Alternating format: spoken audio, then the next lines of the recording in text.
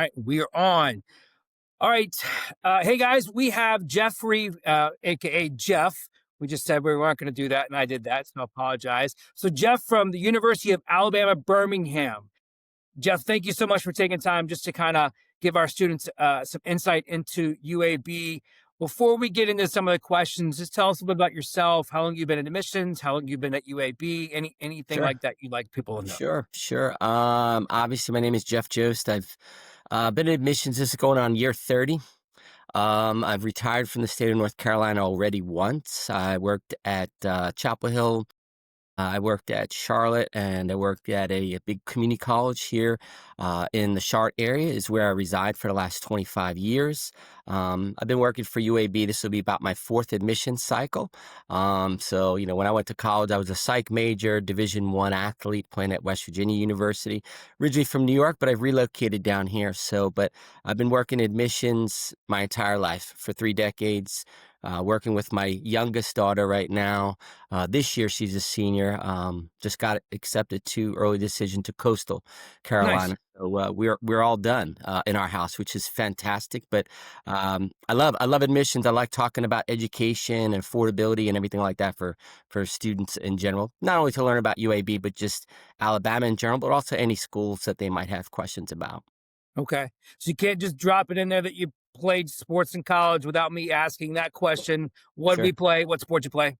I played soccer for West Virginia University, so I got to leave New York to play in a very remote area, which was very different from my upbringings in the city. But it was a really good experience. I got to play all 4 years. Met my wife there; she's also an athlete. My son played as well soccer. So we know about athletics at least in this household, at least at a high level. So we're always interested in talking to students about, their journey with athletics, because it's well beyond high school now. A lot of club sports, a lot of travel teams. There's all kinds of different dynamics to get recruited. But I always tell students, you got to be good in the classroom first. You got to be the student before the athlete. If you could be both really well, you'll get a lot of offers, between a Division I and a Division II, or even a Division III level, regardless of if you want to play or not. Or, some kids, it's their journey, and others just kind of go, I've been doing it for a very long time and I don't want to do it at college level. I tell kids it's a job. You do a lot of travel, get to see a lot of different places. But you got to be pretty good with your studies because you do miss a lot of classes. And any sport that I've been accustomed to dealing with athletes, they're pretty much almost all year round. You're never taking really a time off. So you got to keep that in mind if you want to play, at a college level, and treat it like a job. I treated it like that, as well as it was paying for me to go to school. So I always tell kids, if you're not saying not academically blessed, maybe you're athletically blessed, or, you have some kind of talent, try to find out those talents while you're in school. That way it could sort of, lessen the blow when it comes to paying for tuition for families and also for themselves. So if you have anyone that's an athlete or anyone else doing anything great in music, theater, dance, I always encourage them, look at those options besides what you might get, say, for your grades, so you can know what the total cost of school is versus maybe what you get for talent before financial aid and what mom and dad might be afford. Because that's one of those things kids a lot of times neglect is they don't look at the cost. They look at the school, but they don't look at the costs. And I'm sort of about like fit, feel, and can you finance it? If you could answer those three questions up front, uh, whatever year you look at it, I always tell kids start early. Ninth grade sounds good. 10th grade even better, but don't start in 12th grade. Make sure the grades are sound once you get into high school, because most people on my end, we're reviewing your applications. We're making decisions based on what you've done, not what you're going to do your senior year. So it's very important to have that foundation in grades 9 and 10 and 11, with some rigor behind it, obviously, challenging curriculum. And of course, finding out what each school requires, because every school is so different. Over my years of doing this, that things have changed, with test optional, and do you need an essay? Do you not need an essay? All the deadlines are different. I always tell kids, find out about the terms. If you don't know what early decision or early action or early, rolling admissions are, ask us, and then our goal is to, I guess, disseminate, like all these myths and make our language that we use every day accessible to you guys in the real world. So that way, when you're talking to families and students, they know the differences, and that's the best part. If the kids know the differences and the parents know the differences and they plan accordingly, the senior year is really easy because then you could apply to schools that you really considered and maybe you visited already, and you're not just throwing out dummy applications. You're throwing out applications for a purpose, and hopefully that will solidify where you're looking to go to. So I always talk to kids about doing that, setting your college expectations in your list way ahead of time, and don't always look at the prestige of the school. That's important, but find a school that actually fits you, that you could be successful in, whether it's big, small, in a city, rural areas. So that's a little bit about me. Yeah, those are gems. I appreciate that perspective. Yeah. Uh, my wife played soccer in college as well, Yeah. D3. And my son is sixth grade. Uh, Golf has now become his main sport, and we're Love having it. this discussion now. He's sixth grader, and so we're way ahead of the game. But my wife works in education. I'm obviously a school counselor, and Yeah. so we're hitting that. But I love the student athlete parts. I think sometimes we get ahead of that and we forget that part. Even in college, you are a student athlete. That comes before that. So those Absolutely. grades can make a difference. Yeah, for sure. Definitely.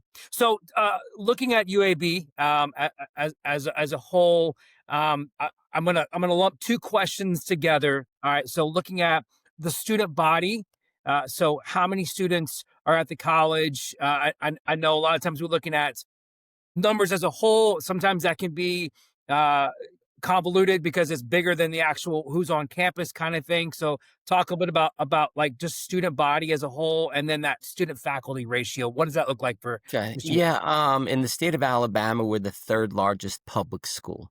So Alabama, Auburn are bigger than us. So they would be probably like your USC, like your Clemson's.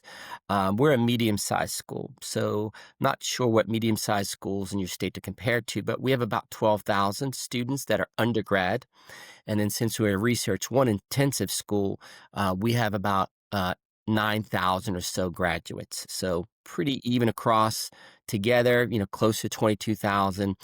Students can live on campus all 4 years, but it's mandatory for the first year.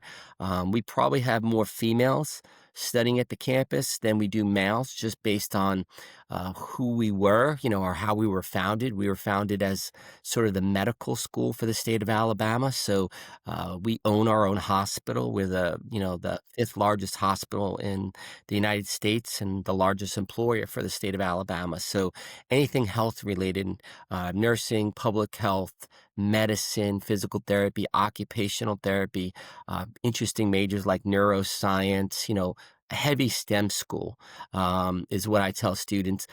Beauty of where we're located, we're probably the only urban campus. So I find a lot of similarities between the cities of Pittsburgh, Cincinnati, maybe a Raleigh.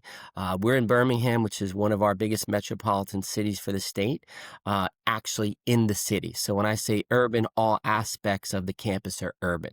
You're situated in a 1.2 million population with 20,000 students as a medium-sized school. So internships, co-ops, clinicals, everything's a walkable campus. Our footprint is not to use the vehicle, park the vehicle and walk around. So we're trying to make it, environmentally conscious. We're only 50 years old, so we're a fairly new campus. We're not the oldest one in our state. But academically, we're a powerhouse as far as getting in the type of students we're looking for. Student teacher ratio is probably less than 20 to 1 once you get into your major. So you still have the accessibility to your professors and they know who you are. And you don't get really lost in the city because it's not overwhelming. So students that are interested in sort of a bigger school, but not too big where they get lost, but you could have like intimate relationships with faculty and staff.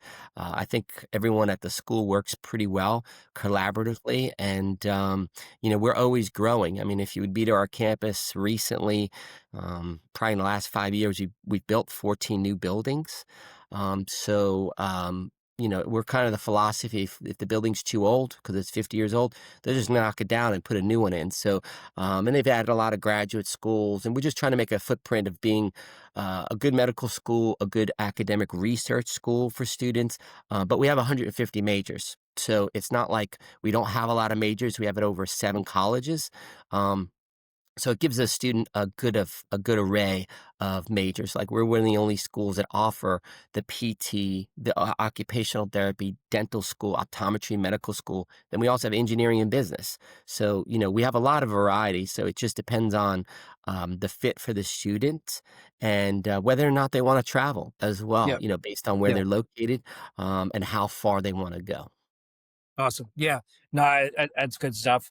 When you're looking at your student body Yeah. on campus, Yeah. uh, numbers wise, based on in-state versus out-of-state, where does that fluctuate? What do you see more in-state I or mean, the out-of-state? beauty, I'm not sure how South Carolina works. I live in North Carolina and, we're very 80-20 in-state, Okay. out-of-state. Yep. Now it's very different. We are probably close to 30% out of state, but we're never dinged by the state if we would go up to 60%. Like, let's say the University of Alabama in Tuscaloosa, they're close to 60% out of state. Mhm. So it really depends on what I tell a student, who you want to be around. The 30%, yes, you'll still be a minority, when it comes to the general population, but we have all states represented, over 80 different countries, every county in Alabama. So it is a diverse campus, not only ethnically, religiously. It's kind of like what you would anticipate if you were in a larger city. You're going to have a lot more variety, a lot more options with entertainment and music and theater, things that may be associated with UAB or things that are not. Like we don't have professional sports in the state of Alabama. So on a collegiate level, we're Division 1, but we also are not part of the SEC. So we're a powerhouse in the American Athletic Conference, like ECU or Charlotte, Navy, stuff like that. But then we also host all the semi-professional teams for every sport are housed in Birmingham.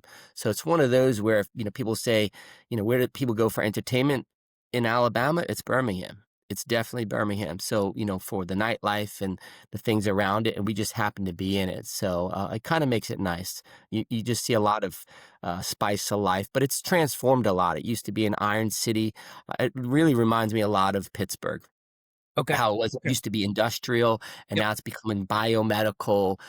It's very big on hospitality. It's a big foodie area, sort of like Greenville, or Yep. Charleston, South Carolina. Big Yeah. foodie area. Obviously, a lot of entertainment and stuff like that. Customer service oriented stuff. But yeah, I mean, I think it's not an overwhelming city where you're going to be lost. It's very easy to get around. It's just people's interpretation of the state of Alabama. What they Yep. know about. Yep.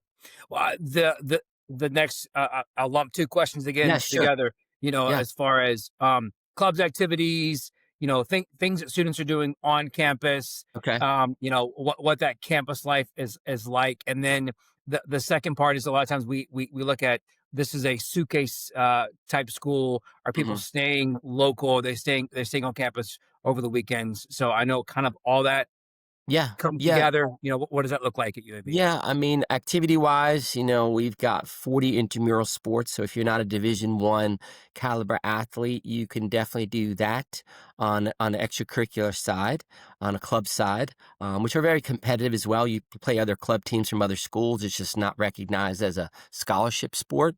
Then we do have 450 different activities for students. So it can vary. It could be specific to your individual major. It could be based upon your ethnic background. Those clubs and organizations. We have sororities and fraternities as well. We have about 26, but it's not a large portion of the population. Maybe 10%. No houses for either organization. Sororities, fraternities are allowed in the city limits, so it's not like that kind of where you're going to see a lot of sororities and fraternities are there, but they're not there with like right in your face, let's say.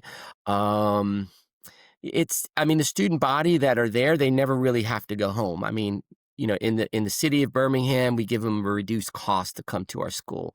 So you have some students that are from the area, but the majority of the students are coming from outside the area. So they're not going home to as much, especially in Alabama, unless they want it to be quieter, let's say.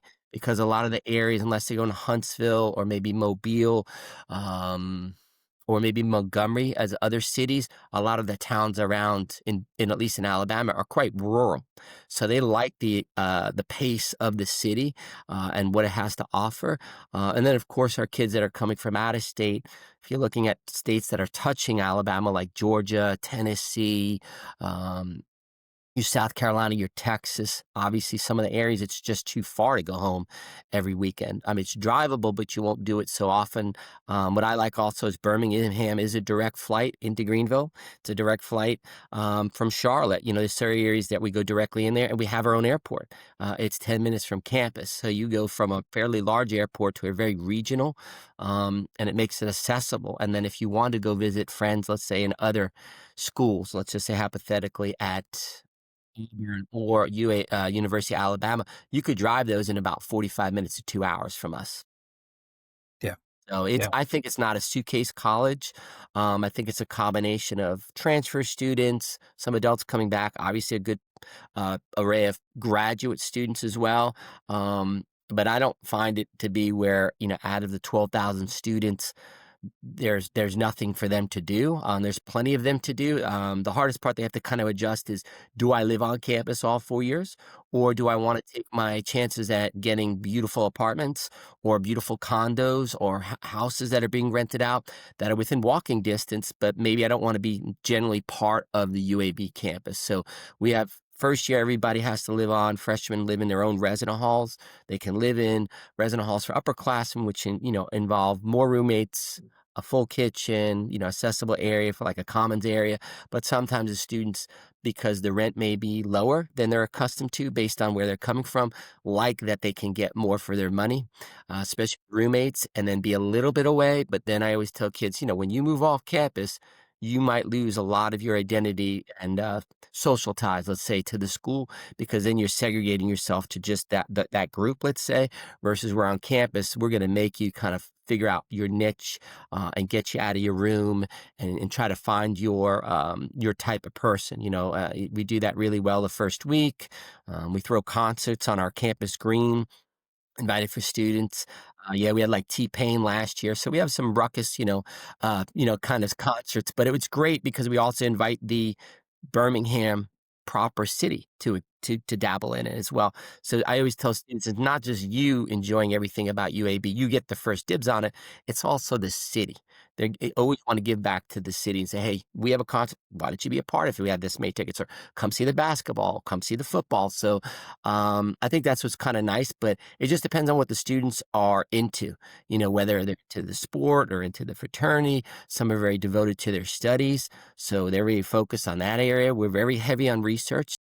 Last year, we had about 7,000 students doing academic research as early as freshmen. So the students are pretty serious. I mean, they're here because they want to be here, but they're also already looking at what they're doing afterwards, whether it's graduate school or looking at job opportunities. So it's the experience is to become something later on. So I think a lot of the students come here with definitely a purpose in mind.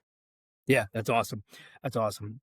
When students are in town Yeah. and they go to a local restaurant, are they going to see UAB stuff around on the walls and local restaurants? Yeah, walls, restaurants, buildings. I mean, we own out of the city right now, we are over 20 square blocks, city blocks. So over 100, let's say, almost 100 city blocks if you kind of look at the area, but it's like a 20 to 30-minute walk is what we encompass. So as long we've been there as long as probably the city knows us. The beauty of it, we don't share it with anyone. We did have Birmingham Southern; they folded last year, and then we also have a private like Christian school up in the mountain area. But other than that, we don't share it with anybody. So I tell students, you're at the mercy of having the largest city in the state of Alabama, at your disposal at any time you want, whether it's concerts, eateries, cultural events, walking the numerous trails, whether you want to go to the zoo, whether you want to go to the civic, if you want to learn about different historical things about the school, you can do that. So, and it's a navigable area, but yeah, you would definitely feel our presence all around Protective Stadium where we play football. Bartow Arena is where we play basketball. So if you don't feel it when you're low lying, within some buildings are 8 stories high, you'll definitely see it in some of our larger buildings, especially like the UAB hospital. We bought 4 last year and we built one. So like we legitimately have probably 100 locations in the sheer state on the medical side, so we have our footprint not only in Birmingham, but definitely across rural America, in the areas of Alabama that they don't get the proper medical care because, we're the only trauma one unit as well in the Okay. state. So Yeah. anyone that Wow. comes with any drastic, crazy surgery, birth, or anything, they're going to come to Birmingham for some reason. So we have a lot of people visit us because of those purposes and then find out magically that, wow, UAB is here? Yes, it is. We're state funded, but we are our own entity from the other University of Alabama schools. That's awesome. I mean, you talk about having that touch point experience. If you're looking at anything in the medical field, to have a hospital on your campus, I mean, that's hard to compete with. It is, and it goes far beyond that, I mean, we have Regions Bank, we've got a lot of big Fortune 500 companies in and around here, a lot of automotive dealerships like Honda, Mercedes. I tell kids it's not just Birmingham.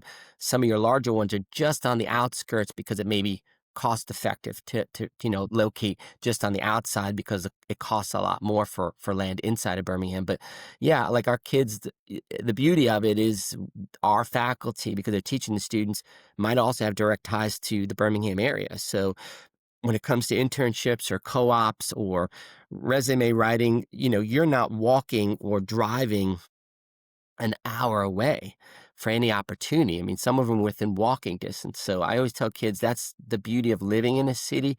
You have it as your backdrop. It just depends on how much you use it. So that's what kind of is nice about our urban environment. And there's not a lot of schools that are inside of an actual city itself that have exposure to that, at least not in our state, and really not so much even in the South. Sure, sure. Yeah, no, absolutely. I know it's hard to pick a couple majors, but I mean, in your larger schools, I mean, like you said, you have so many majors, so many options. Are there a top 3 to 5 majors that students are For looking at when sure. they're looking For at UAB? sure. I mean, if they, let's just say they're automatically Googling, what is the best school? Public health, we're the number one in the country, bachelor's to master's. So no one beats us in that. Nursing, probably in the top 10 as far as schools of nursing. We've been making strides, obviously, in engineering and business. We have 6 undergraduate degrees that are attached to our medical school. So, like cancer biology, not a lot of schools have cancer biology or have a bachelor's degree in neuroscience. We have AI in medicine, we have genetic counseling. So, we've got some really crazy, authentic majors as well. But I would probably say very like business, engineering, healthcare related fields. Obviously, arts and sciences are there. So you do have music and you do have theater is very big as well. Criminal justice is very big as well. Uh, Crime, like on the information sciences. So those areas are what we're probably known for. But we always add at least, I would say minimum this year was 1, last year was 6 undergrads. They're always looking to figure out what's the next and best greatest. A lot of it is tied to business or engineering or medicine because our president graduated from UAB with an engineering degree, but he's also a practicing doctor. Oh, cool. Wow. Okay. Yeah, so And it's that's like he has his hand in that, exposure to that, and we're very big on research. I mean, last year we were at almost $850 million of NIH money, like research money, and his goal is to be $1 billion. Like he wants to be the top 1% internationally, so he wants to give all those opportunities for students, and then you figure out whether you want to stay in Birmingham, stay in the greater Alabama region, or like maybe practice in medicine, let's say, in more rural communities like that. That's a big purpose, and we're really big back on giving back in the community. A lot of our classes, we tie in with the community. So instead of being in the class, you're actually in the community doing the class work, and figuring out, okay, this situation or that situation. And then we do a lot of community service events. So we give back a lot to our region, to our city. So that kind of student that would want that, exposure would do very well, I think, here at UAB. That's awesome. Yeah, you said around 7,000 are doing That they're doing involved in academic, research. yeah, as early as freshman year, and then we have about 5,000 out of 12,000 the honors college, which are our top students any given year coming in academically, GPA and test scores, and they want to live with other students with that same intellect that have that ability, want to go on to graduate school, maybe do a 4+1, like an accelerated program, but also live with those people in certain rooms, and then also have early registration. So pretty smart population. They want to be around that smart population, let's just say. And a lot of them are doing things that I don't understand, let's Yeah. say. And a lot of them are coming out with multiple degrees now, Troy. Like you were talking bachelor's, master's, two bachelors, one master's. I mean, things that I could never comprehend in a 4-year period because a lot of them coming in with the APs, the dual enrollment, the IB curriculum. And then, we're very scholarship friendly when it comes to awarding. We really, in the state of Alabama, we give a lot of money based on what your academic performance is, whether it's GPA and test score related or just GPA test optional related. And then we try to deduct that from our total cost. Which is about 42,000 if you're talking room, board, and tuition, but our top scholarship almost covers tuition. So then at that point, we become very affordable, depending on the state. In South Carolina, I'm probably brushing up against really high academic students that might get your, Palmetto or something like that. And then I may not be able to be as competitive, but sometimes I am, but it just depends on what they're looking for. So the top-notch students really get an opportunity with the Honors College, with the research. The study abroad is very popular here.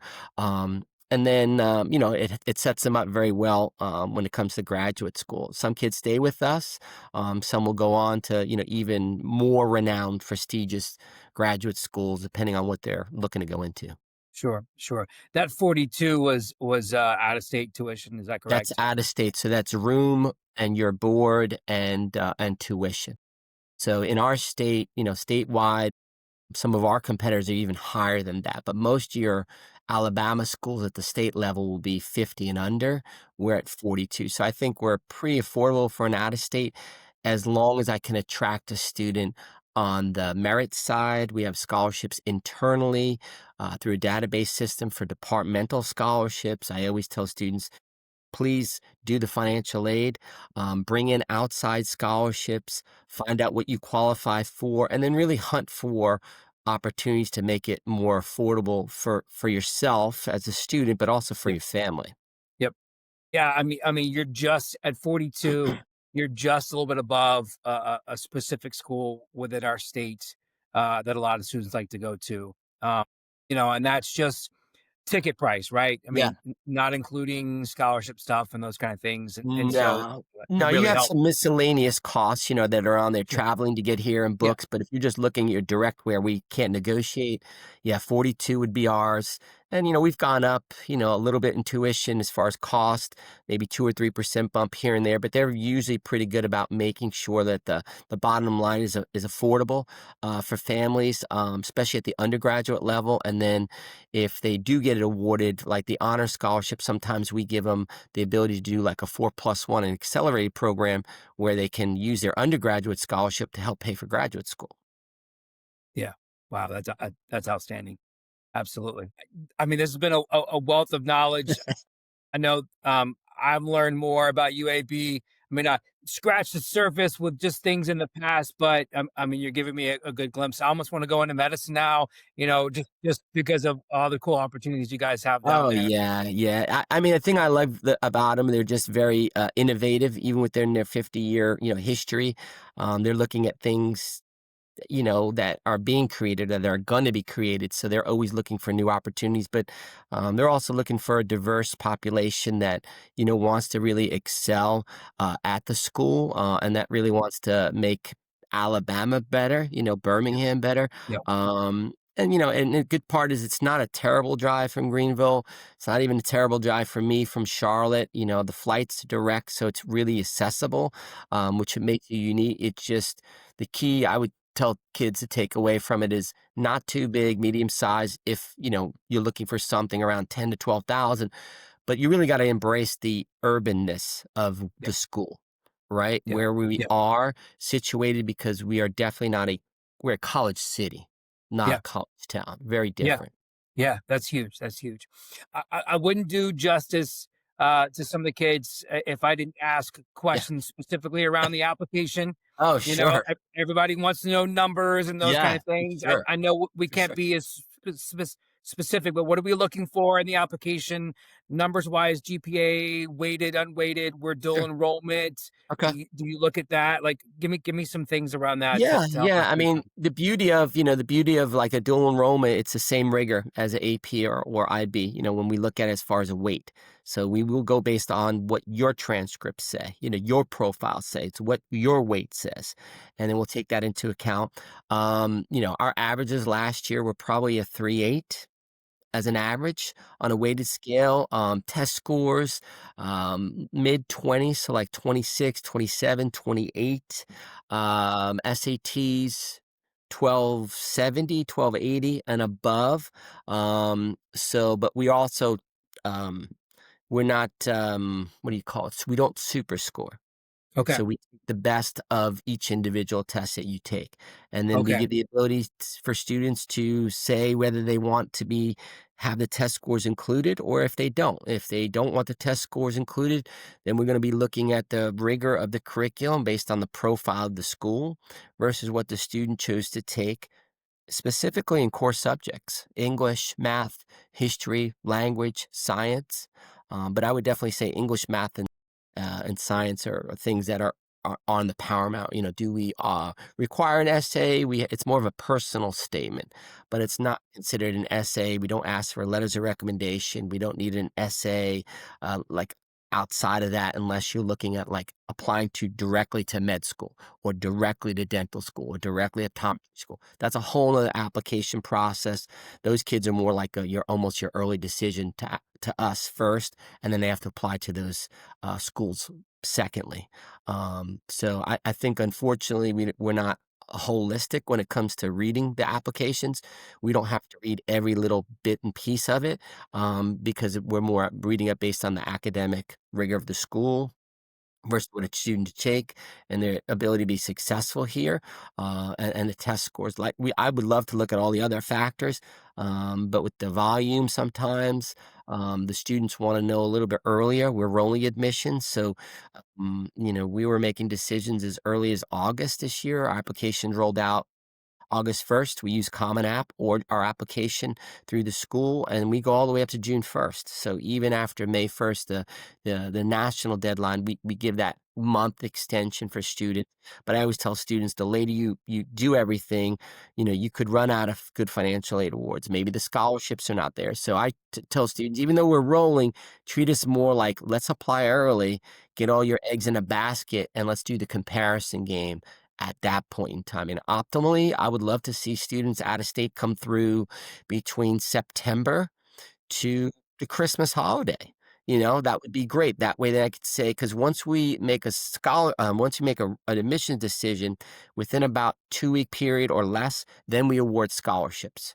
Then we would tell you if you got in the honors college. Then we would tell you if you're part of our accelerated or graduate school early admissions program. So we like to tell students, hey, this is what you could potentially do at our schools. None of them are binding. You tell us whether you want. We're offering you everything, and then you got to choose which ones you want. Yep. Yeah, I like that. I like that. Absolutely. Yeah, so it's not like, a lot of kids will say, Jeff, what's your acceptance rate? It's high.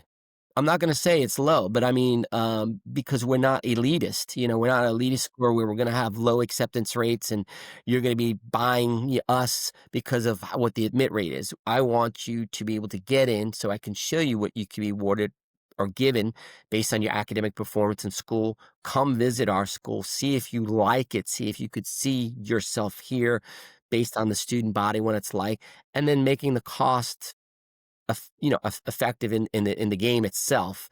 So I think we do it a little differently. We're not one of those schools where we're going to have low admit rates. Our goal is to maybe probably sell it on the back end. Once you're admitted, come to see the school through an open house, or we might have also invitations for accepted students. We have certain days in the spring where we accept just accepted students, and they get to mingle with other accepted students and families, and then that's where they meet each other through roommates and to establish friendships and stuff like that. So definitely not low on the admit rate, because I get that question a lot. It's like, "What's your admit rate?" I'm like, "Well, it's not that kind of game." Our game is to make sure that the students who are applying for the right reason. So usually, hopefully, the ones that I've had applied, at least this year, I've met many times, either at high school visits or college fairs or Zoom meetings. I try to meet the students where they want to be met.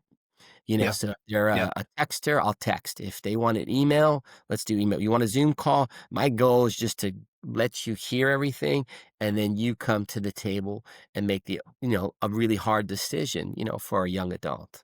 Yep. No, I love it. I love it. It's a definitely a good approach. I think our students probably appreciate that as well. Yeah, absolutely. So putting a bow on this, kind of wrapping it up. Sure.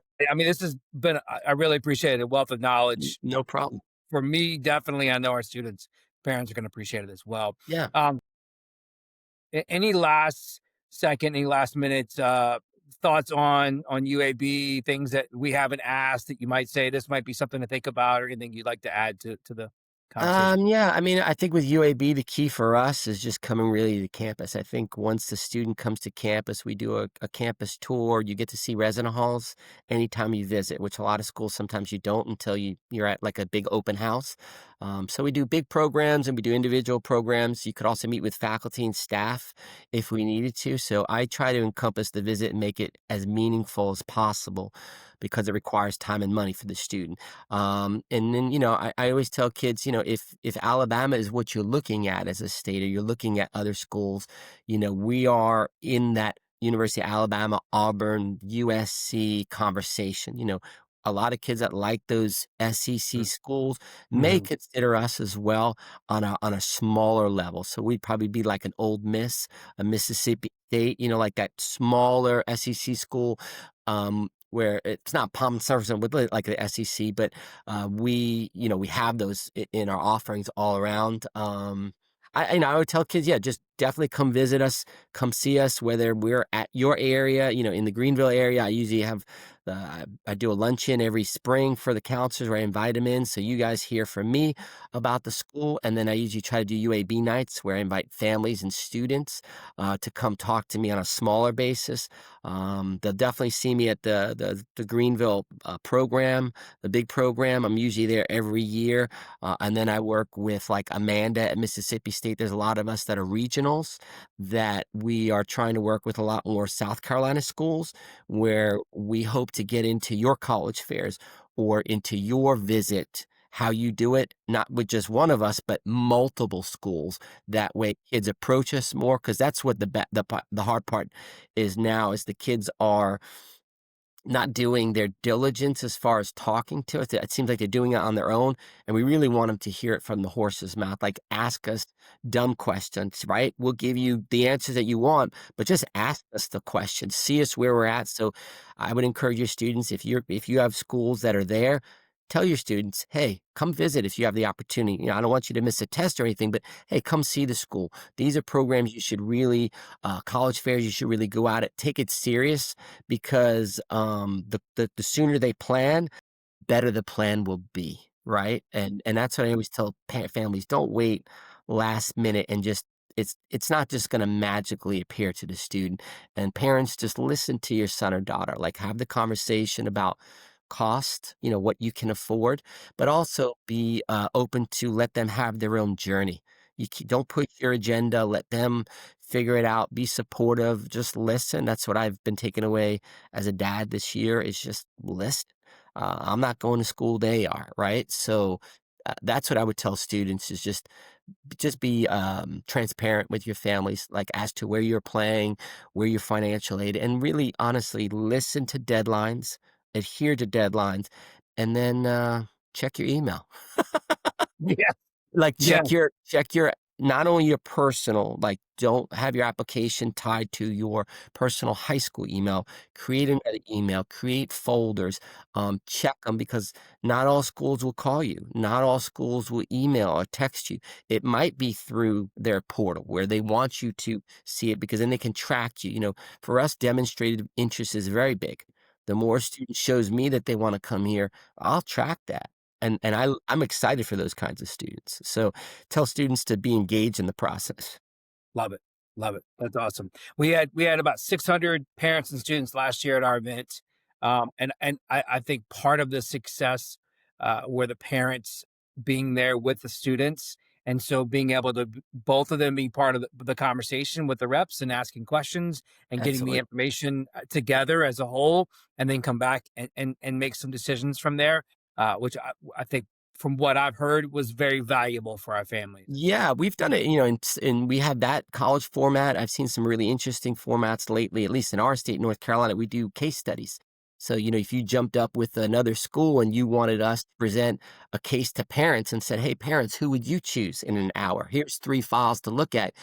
All of a sudden, the parents go, how do you do this? I'm like, we do this for a living, but we're not gatekeepers. We're going to tell you, you're going to make the decision. So it gives them a little bit understanding. So sometimes those types of opportunities for families and friends, if you ever had a chance to do that, it's in a small environment. That works just as good as a college fair where we don't tell you where we're from. We just tell you about the admissions process, and then you meet us at a college fair later on, you Sure. know? Yes. Yeah. I And love that's it. a good surprise because they don't know who we're from, and then when they meet and go, "Oh, Jeff, I didn't know you were from UAB. I thought you were from this school." I'm like, "No, no, gotcha," and then Yeah. we disclose with the families, you made the correct decision, or guess what? You didn't really make the great decision, but that's okay. Yeah, yeah, it's part of it. Amanda at Mississippi State just told me about the case studies, so I'm very intrigued. And something will if not this spring, we definitely are going to look at.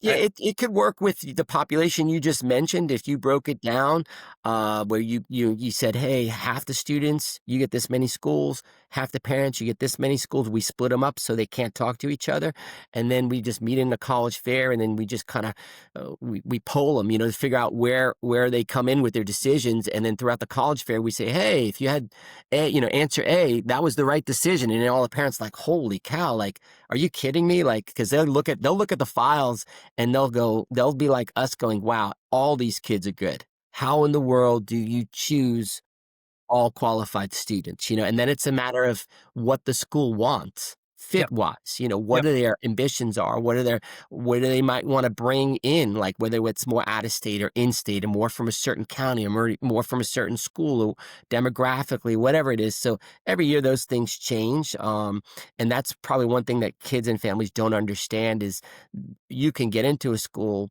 even a parent graduated from there, and then now you might not get in. Like the parents like they just don't understand. I'm like, no, it changes yearly. It's gotten a lot harder at the state level, and even going, going out of state, it's not uh, as easy. So I tell the kids, make sure you're doing your homework early and having good grades early because it's easy to stay on that mindset than start poorly in ninth grade and then trying to make that hustle up in the later years. And sometimes your GPA just doesn't come up as fast as they think.